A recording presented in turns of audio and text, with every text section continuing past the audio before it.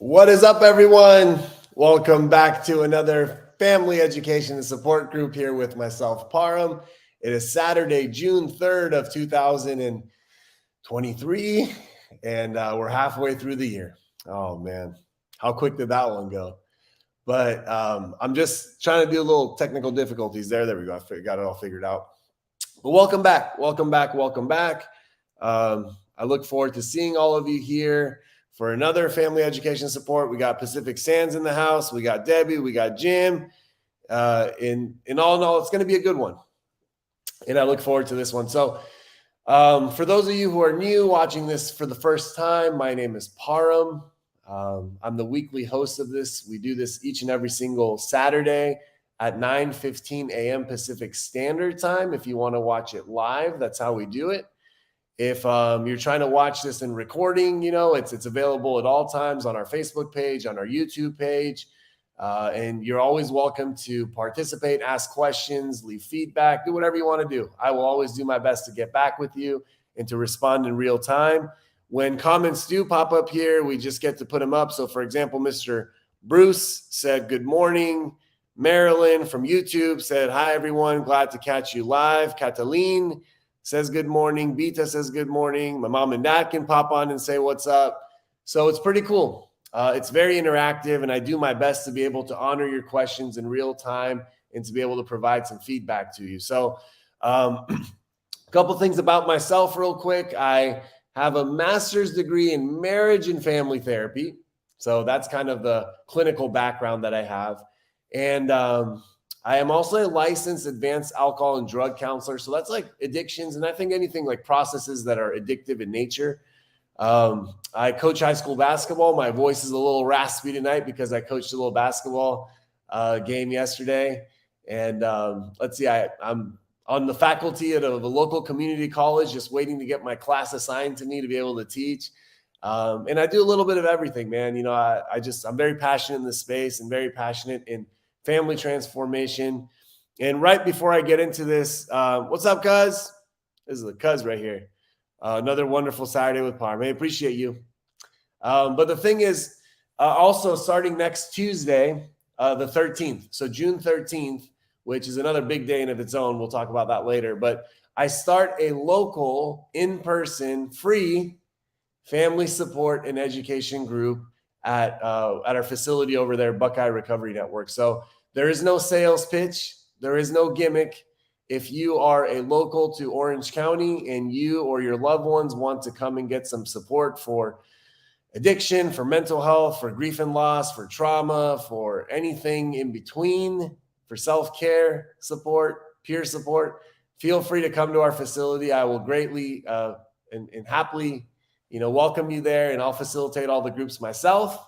So it would be just a nice resource to have. Feel free to spread the word. I'm going to make a quick video about it later, but so let's get into this. Last month, we had something called Mental Health Awareness Month, okay? So what Mental Health Awareness Month was or is there's always been a stigma on mental health. It's just something that has existed over the course of times. And here's the reason why. If we don't understand something, we become afraid of it. If we're afraid of something, we start to create some types of judgment towards it. And if we're afraid of something and we create negative judgment or negative biases towards it, it turns into a societal stigma. See, if you have it inside yourself and the person next to you has it and the person over there has it and the person over there has it, it becomes a cultural thing which can create a negative stigma. Mental health has a negative stigma in society. Has it gotten better? Absolutely. I'm not going to sit here and say it hasn't. Are more people, more athletes, celebrities, people in the media, are just regular people like myself with voices now because of social media? Are we able to kind of help break the stigma a little bit? Yes. Is it enough? Absolutely no. Absolutely no. And why do I know that? Look at the mental health crises we have in this country. Look at what's experiencing with homelessness in this country, with addiction in this country. And hey, I'm not saying this is a bad place to live. I'm just saying, look at what's happening around us. And a lot of that has to do with it. So What do we got here? We got Sharon. Good, beautiful day from Florida, working today at a recovery center and just finished a 2-hour group on reservation. Step 1. Sharon, I don't know you, but I want to thank you for the work that you do in this sacred space, for the work that you do on the front lines over there in these psychoeducational groups that you talk about. Seems like you did one on reservations. And, if you're at the recovery center and you ever want to play these videos for people, feel free to. I love that. I would love to get the feedback and all that kind of stuff. And we'll go from there. Jim's also a counselor in the space. Tony's also a counselor in the space. CJ, what's good? Just saw you pop up there. So let's get into it. These are the 10 fundamental components of mental health recovery. And by the way, addiction recovery is the same. Recovery from codependency is the same. Recovery from adverse childhood experiences and trauma is the same. So when we're talking about mental health recovery, don't be like, well, I don't have any diagnosed this or that. That's not what we're talking about. Look at your whole life and let's see what we can do here. So let's see what we got here. Bruce, let's see if I can give you some feedback. My 16-year-old son went to live with relatives due to my depression and anxiety. And last time we spoke, he said mental illness does not exist. Yeah, I know, man. There's a stigma even with the young ones, And like I said, Bruce, what we don't know, we are afraid of. What we're afraid of, we could be ignorant with. We can have contempt prior to investigation. Some of it's just youth, by the way. Some of it's just the young mind. I work with adolescents, and they just don't have the ability to be able to get into these deep conversations yet. But they will one day. So thank you for sharing that, by the way. And I hope that your own anxiety and depression, my friend, I know I don't know you, but I hope your anxiety and depression has subsided a little bit. And thank you for participating here. This is going to help your recovery. No, man. Well, I'm not gonna repeat that one, but it's if anything, can I say something to your son indirectly? I don't want you to feel, Bruce, that that word that you use there. I'm not going to use it, obviously. I think any man or woman or human that is able to say, hey, my name is so-and-so and I struggle with anxiety and depression. Not only is that not a weak person, that is a sign of strength. That is a strong human being, a resilient human being, someone that says that I'm hurting and I'm a human and I'm hurting. If you've followed me enough and watched enough of my videos, you can see me tap into that moment of letting go of my guard and being fully vulnerable with you guys. So thank you for that, man. So let's get into it.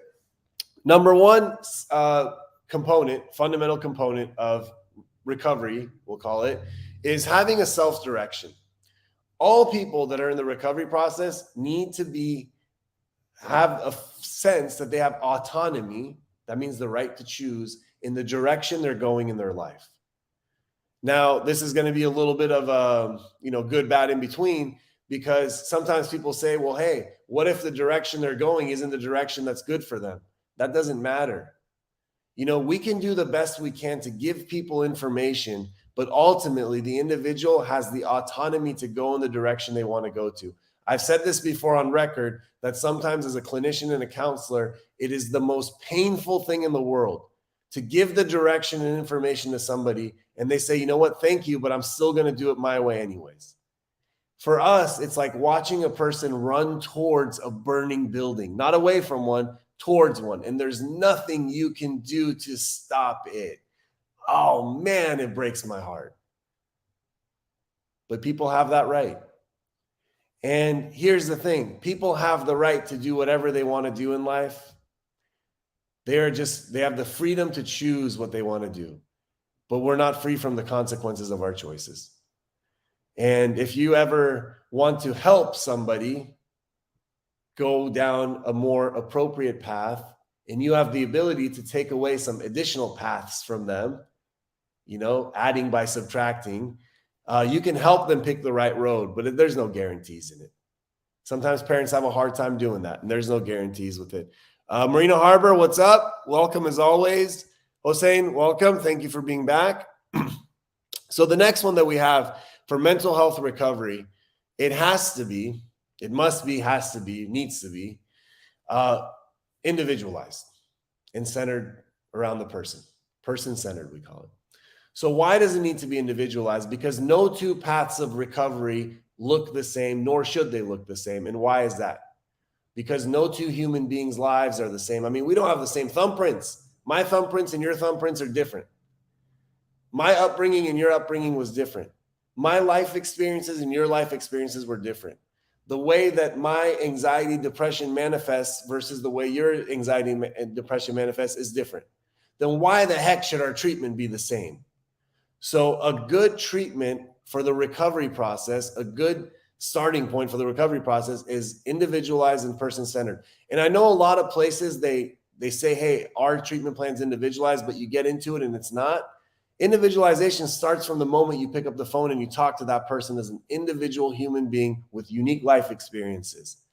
Then when you start the assessment processes, you got to sit down and you got to look in their whole biopsychosocial experience of what it's like to be that person. And if you don't look at trauma, you're not looking at that person. If a place today is not trauma-informed care, if a clinician today doesn't view a human being through the lens of trauma, they're not looking at the person. And sometimes people say, trauma, man, nothing really bad ever happened to me. Trauma isn't always things that happen to us that shouldn't have happened. Sometimes trauma is things that never happened that should have happened. That should have happened. You know, so many people say, nobody ever told me they really loved me in life.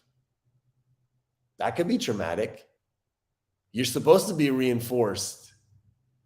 The message of, hey, love, what does that do? Creates self-esteem, creates self-worth, creates confidence.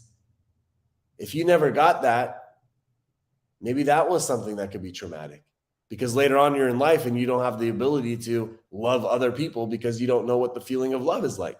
So it must be individualized and person-centered. If you have any questions about the stuff I'm saying, feel free to ask them, by the way. I'm totally open to it. No right and wrong, and I don't take any offense. The next one is empowerment. It says that consumers or recovery participants have the authority to participate in all decisions that will affect their lives. They are educated and supported in this process. Anytime you want to make a decision, my friends, on your recovery, make sure that you make that decision after you've been equipped with the proper information. See, if you make a decision without the information, at best, you're going to get a lucky outcome. You know, it's like flip of the coin, roll the dice. But if you make a decision based on information that was provided to you by others who know the way, have gone the way, can show the way, from others who are educated and experienced in the space, from others who have personally endured and overcame a certain situation, if you download that information from them and then say, I'm going to make my own decision, that's okay, even if it's the wrong one for you. But if you make a decision without information, that's adolescent thinking. It's kind of like a 16-year-old mind. And that's okay too. You know, now the next one is one that, I'm very passionate about. And recovery for mental health or for substances or for trauma or for codependency or for being an adult child of an alcoholic, so someone that was raised with alcoholic parents or drug addict parents, or any other type of recovery that you're in, eating disorders. The next one is, it says it needs to be holistic. And what does that mean? Well, your mind, your body, your spirit, your diet, your rest, your passions, all encompassing, your lifestyle, the places you go, the people you hang out with, all of it must be aligned with your recovery. See, if you're missing 1, 2, 3, 4, 5 of those things, and you're in recovery wondering why your life isn't getting better, why you're not feeling better, why you're not doing better, it hasn't anything to do with the recovery piece. It has to do with the holistic piece, that you're not looking at the person as a whole entire entity. I say this almost every week. When you wake up in the morning, do you do something for your mind, something for your body, and something for your spirit? If the answer is no, you're not touching all parts of self. If you're experiencing things like depression and you're eating high caloric fatty foods that are going to cause you to have more depression, that is on you. If you're experiencing sleeplessness and serious anxiety and you're just getting caffeinated all day long and you can't sleep at night, that is on you. If you have cardiovascular disease and you're smoking cigarettes or you're vaping, you're doing whatever the heck you're doing, and the doctor's telling you that you're struggling with this stuff and it's impairing your recovery, that's on you. See, the holistic piece is very important. You can't look at a whole human being and neglect some parts of them. So mental health recovery needs to be holistic: mind, body, spirit, soul, nutrition. And diet, by the way, is not just what we eat. Our diet is also what we see, what we hear, what we expose ourselves around. All of that has an impact of impacting us. So all things must be in balance. Isn't that, Marilyn, isn't that the truth? Moderation and balance is the key of contentment and happiness. Some of us with unhealed wounds have a hard time with balance, because oftentimes we overcompensate for parts that are missing, which throws us out of balance. So that's the goal. We strive for it. I strive for it. I hope you're striving for it, Marilyn, and everyone else watching. Let's see what Eileen said. This is a hard one for many people, still hanging with negative people and influences. It is climbing the mountain with 1,000-pound weight. And check this out, Eileen. That's a very good analogy. I actually just used this with somebody. We used kind of rocks in the backpack. And the person was telling me, it's like this person that's negative in their life is like the rocks in the backpack. So we'll call it the 1,000-pound weight that you're using right here. This person that they had no choice to not be around them because they were coworkers. Well, they have a choice, but you know what I mean? It was like a little bit difficult choice because this person, one of them is a higher level, one of them is not. And it's like rocks in the backpack every day. It's just like, this is so draining, right? So I want to double down on what you said right now. Life is not a linear path. Sometimes in life, our road gets more inclined. The mountain gets steeper. It goes up higher. It goes up more intense. And those negative people, and that's not in our control, by the way. Sometimes life just happens. You guys just watched what happened to me about a month and a half ago with me and my family. Life just went boom.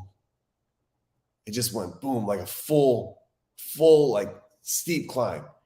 And if we surround ourselves with those negative people, that backpack on our back, when the incline goes up, that's when people just fall. That's like when the cliffhanger, the moment the guy just falls off the cliff, that's what happens. So if we can't control the incline of our lives sometimes, the mountains that we climb in our lives sometimes, if we can't control that, because sometimes things happen out of control, we can control what the heck we're carrying with ourselves. We can control what we're carrying with ourselves and who we're carrying with ourselves. Rula, good question here. This is a deep one. It's what if the negative person is a part of your family? So obviously, I don't know who you are, so thank you for participating. I don't know your family dynamics. I don't know your situation. I'll do my best to answer. Family is sometimes immediate family. So people that it's mom, dad, brother, sister, children. Sometimes it could be extended family. And based on your age, right? I don't know how old you are, but based on your age, our ability to interact with our immediate family or extended family, all of a sudden we start to get a little control in it. So if Aunt Sue or Uncle Joe, whatever their names are, or your mom or dad or whatever the dynamic is, are toxic for you and you're an adult. So I don't know your age, but you're an adult.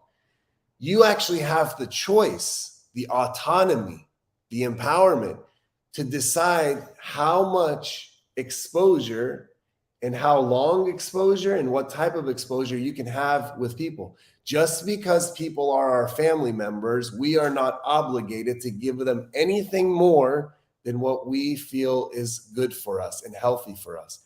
Take care of you first and foremost, always. And I'm not a black and white thinker. So I say either hang out with them or don't hang out with them at all. That's not realistic. You can't say that to people that they're talking about family members. But if you know that after 2 hours of hanging out with aunt or uncle, the toxic one, they drain your vitality, they start being judgmental, they start asking you questions, they start getting nosy and all that kind of stuff like that, That's on you to set the boundary and leave. Because what if they never change? If the person never changes, the only ability you have is you have to change the way you engage and interact with them. I hope that's helpful with the limited amount of information there. And if it's related to relationships in terms of like a spousal relationship, if that's the other version of it, don't ever underestimate the power of individual therapy coupled with couple therapy. So usually the couple therapy doesn't want to happen at first because it's like, there's nothing wrong and this, that. So go work on yourself. Develop the psychological and emotional muscles to have conversations, communication, learn how to articulate your thoughts and feelings and emotions, learn how to set boundaries, learn how to put yourself first in a relationship, and then go from there. Okay. Trudging is just part of recovery, Mr. Jim. So the next one I have here is the 10 fundamental components of mental health recovery, or recovery in general, is that it is nonlinear. There is no step A, B, C, D. There's the outcome. This plus this equals this is the outcome. It doesn't exist. It doesn't exist, my friends. It's nonlinear.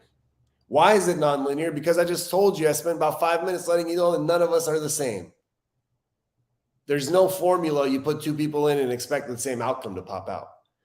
But the fact that it's nonlinear is kind of beautiful in my perspective, because it allows us to have continual growth. Even when we have setbacks, we're able to step back and look at those setbacks and be able to grow from them. We talked about this last week about the concept of failing forward. When you fall down, you can say, I struggled, or we kind of used some new words in it that we had, and it was pretty powerful. What do we got here? Tony said, we have to responsibly set those boundaries. Yeah, so he's helping rule out there. Like, we can set those boundaries. Like, we're responsible for setting those boundaries. CJ, let's see what you said here. In regards to family, looking at things from a spectator role versus a player role has been incredibly helpful. If we don't change, we will continue to have the same experiences over and over again. Very well said, my friend. You kind of sound like a Param in there. No, I'm just kidding. You sound like yourself, CJ. That's wonderful feedback for Rula. You know, it's if we don't change. Because in your thing, what if the negative people is the family, right? That's what you're saying. Well, let's just say they never change. The only thing left for you is you to change. And here's the quote. I say it every week. When you change the way you look at things, the things you look at change. What do we got next here? The next one is recovery needs to be strength-based, okay? Not weakness-based. I have been on record saying that I am not a fan of the fact that our school systems identify people's weaknesses, what you're not good at, and they tell you to get better at them. I am not a fan of that. I think that is ridiculous and asinine and backwards. So, for example, if a kid sucks at math, is like a 3 out of 10 at math, they say, well, you're not good at math. You're not good at math, so you should start working on your math. And they teach the kid and they train the kid and they put him in little classes and they get a little tutor for him. And now that kid that was a 3 out of 10 becomes a 5 out of 10 or 6 out of 10. So he or she improved 3 points, went from a 3 out of 10 to a 6 out of 10. Well, guess what? 6 out of 10 is still below average. It's still below average. I mean, imagine going to a restaurant saying, yeah, the food's 6 out of 10. I'm going to go back there again. Nobody wants below average. But imagine that same kid that is not good, that wasn't good at math, was really good at arts or really good at writing, and was like a 7 out of 10. And you say, hey, let's double down. Let's triple down on your strengths. Let's get you going. Let's get you going on your strengths. Let's work on your strengths. And now that 7 out of 10 becomes a 9 out of 10 or a 10 out of 10 in the writing or the arts. Now, all of a sudden, that kid is exceptional at something. That kid is talented at something. You'll go to a restaurant that's 10 out of 10. Recovery is the same way. If there's certain things that you're just horrible at, don't just try to become average at them. Find the things you're really good at, you're passionate about. Find what you're passionate about and double down and triple down at it. You'll become exceptional at it. You'll feel good. You'll have confidence. Your self-esteem will increase. I rarely work on the things I'm bad at. I swear I rarely ever do. But I really work hard on the things I'm good at. and that's something that I learned. And the difference with family is that it hurts more. Yes, Kathleen, the closer things are to us and the more memories and stories and history we have with things, the more it hurts. However, once you know that some people won't change, and you know the information, you have the information, and you're aware of the statement that you just made, when you continue allowing other people to do things to us, and I'm not saying that you're doing this, but just using an example, that hurts even more. Because up until a certain moment, we didn't know any different. But once you know different, you got to do different. And I think the hurting ourselves is the worst part. Other people can hurt us, but once we start hurting ourselves, that's where the pain exists. And CJ said that's from Sarah and not Param. Well, most of the things Sarah has are from Param. No, I'm just kidding. She's actually really good with this stuff. Probably a tad bit better than I am when it comes to specifically what you talked about in your comment. So the next one that I have is the 10 fundamental components of mental health recovery is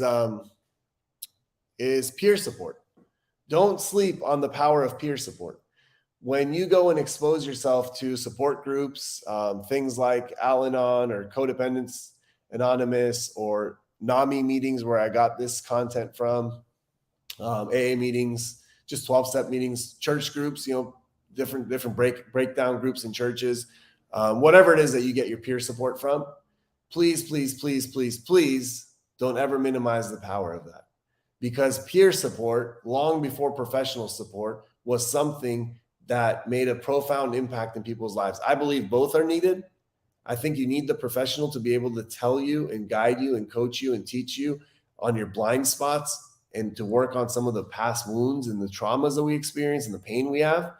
But there's nothing like another human being saying things, sharing thoughts that are very similar to the thoughts and feelings that you have. That sense of identification that we get is very healing. When you walk in a room and you feel like people just get it, that is very powerful. And in order to do so, you got to drop the ego.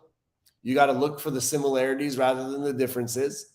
You have to be able to open your ears and listen. Sometimes close your mouth and just allow yourself to listen and give it a try. Because once you connect with one, two, or a few people, it does change the outcome of mental health recovery. The probability numbers significantly skyrocket, because we're not going through it alone. The next one that I have here is the word respect, and that's from, the 10 fundamentals of mental health recovery.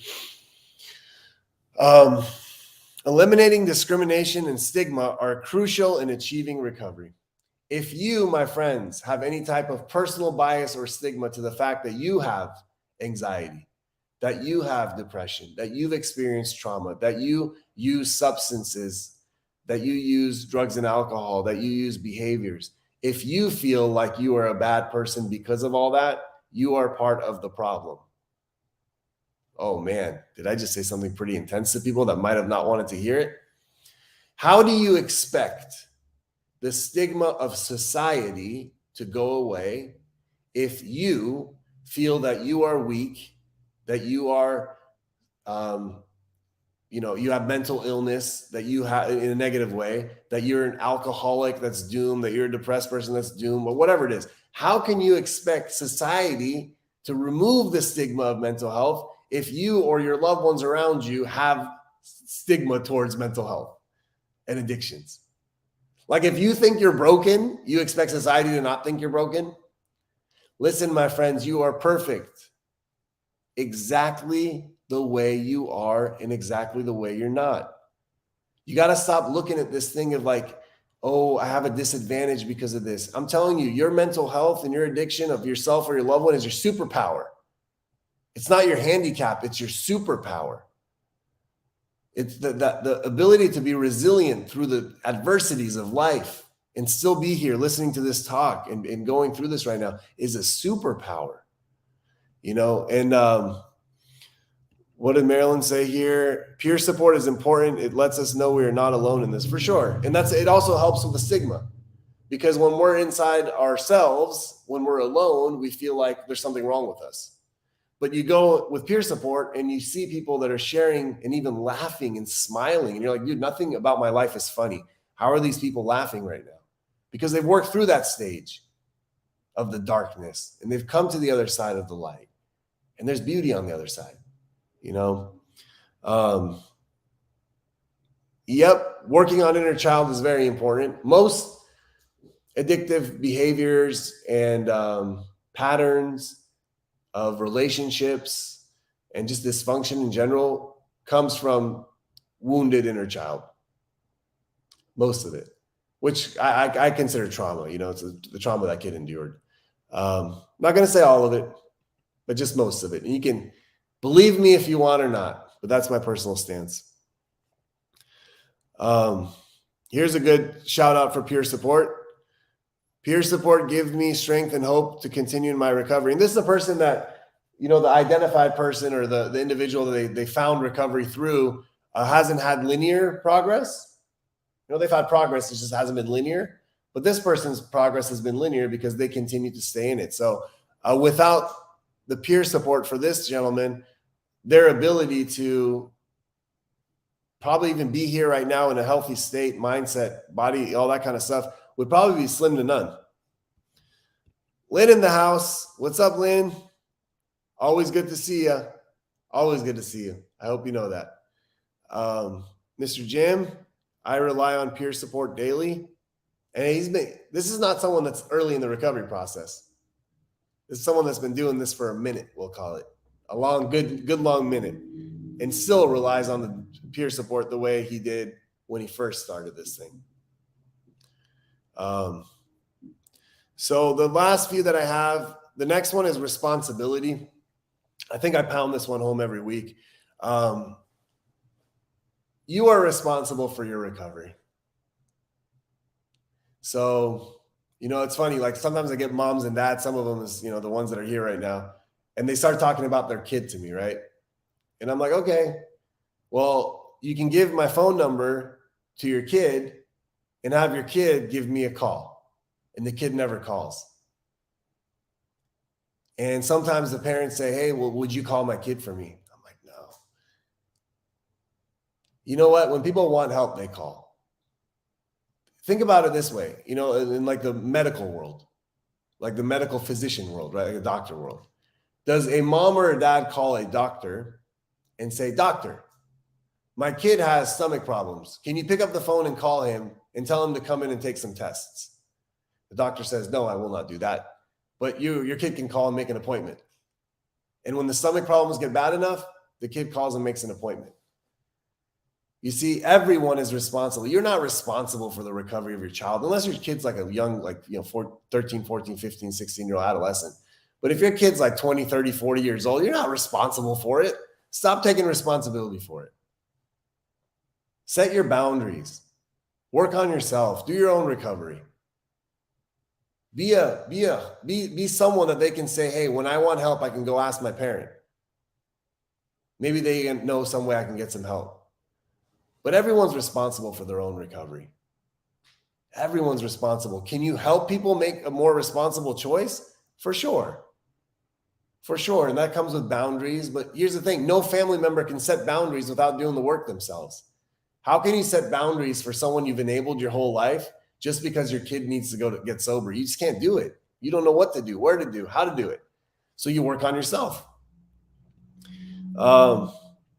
Cataline, I used to be such a know-it-all and always independent. I had to teach myself to listen and take in my peers' advice and support. If I can do it, we all can. And yeah, Cataline, you're a good example, because I believe recovery happens in different stages, in different ages, in different demographics. You know, it doesn't discriminate against any type of socioeconomic status, education levels, career levels, none of that stuff. It doesn't matter against all that stuff. And for someone that's, you know, educated, cultural, world traveled, to be able to sit in a group with a kid that might be 21 years old, never had graduated high school, been struggling with heroin and fentanyl addiction for 4 or 5 years, you know, and to sit in that group and say, how am I going to take some information from this kid that's going to help me in my life? Do you have any idea how much of your ego you got to drop and how much of your know-it-all attitude you have to drop to be able to be receptive? And guess what? Sometimes the people that we think have the least to offer us have the most amount to give. We just have to open our eyes to see it. So I'm glad you're still working on the being open-minded like we talked about recently. And the very last one is hope. The last fundamental of mental health recovery, as outlined by NAMI, which is the National Alliance of Mental Illness. Wonderful, wonderful resource. If you are experiencing mental illness yourself or you have a loved one, that's always my first recommendation, to go to NAMI's website and just go look at the wonderful resources that are available there. It's a nonprofit organization, and all the resources that are available and accessible are free. Their goal is to break the stigma, and I'm just trying to do my part to amplify their voice. And the last one is hope. And it says, hope is the catalyst of the recovery process and provides the essential and motivating message of a positive future. Peers, families, friends, providers, and others can help foster hope. I am trying to help foster hope in this moment. Every single week I come here and I do this talk. I'm trying to foster hope from one person to another, from one person in the recovery process to people in recovery, from one professional in the field of mental health and addictions to another professional, because hope is the catalyst of the recovery process, where we regain something that's been lost, stolen, or destroyed. You can't do it without hope. And sometimes when you're in it this close, it's really hard to see beyond that darkness and beyond that pain. And hope is what allows us to believe that there's something behind this darkness. There's a little bit of light. And the only people that can really show us what that light is are people that have experienced it. So what I want you to do right now with the ones that are watching still is to go through and maybe share what's your one takeaway from today's talk. Tell me what's one takeaway you had from today's talk. Jim said, I can learn from someone not doing the right thing as much as I can from the person that is doing the right thing. There's one of my favorite motivational personal development speakers, Jim Rohn. He says, all these people pay all this money to go to these seminars when they say, hey, here's the top 10 things you could do to become successful. He says, what I want to do is I want to go find the least successful people in the world. I want to bring the people that are struggling in every area of their life, in their finances, their relationships, their health. And I want to put them on stage and have them tell everybody how they do it. How have they done such a good job of being unsuccessful at everything they do? And by doing that type of workshop, they by default tell everybody exactly what to do, the opposite of that. So yeah, sometimes the people that are doing the opposite of what we want are great teachers, great teachers. Bita said she learned about working on herself, got reinforced. Good. You've been doing it. Good job so far. Keep it up. Rula, this is big. This one makes my day. I have to work on myself before I can help someone else out. Is that what happens? That's what I'm saying. That's what happens. You ask, hey, what if the people in my life were the heavy ones, the people close to me? This group just gathered around and told you what? Work on yourself. Work on yourself, Rula. Is there a way that we can send you support? I don't know what you mean by that, Marilyn, but shoot me a message or an email. I'll put my email here. I'll gladly answer.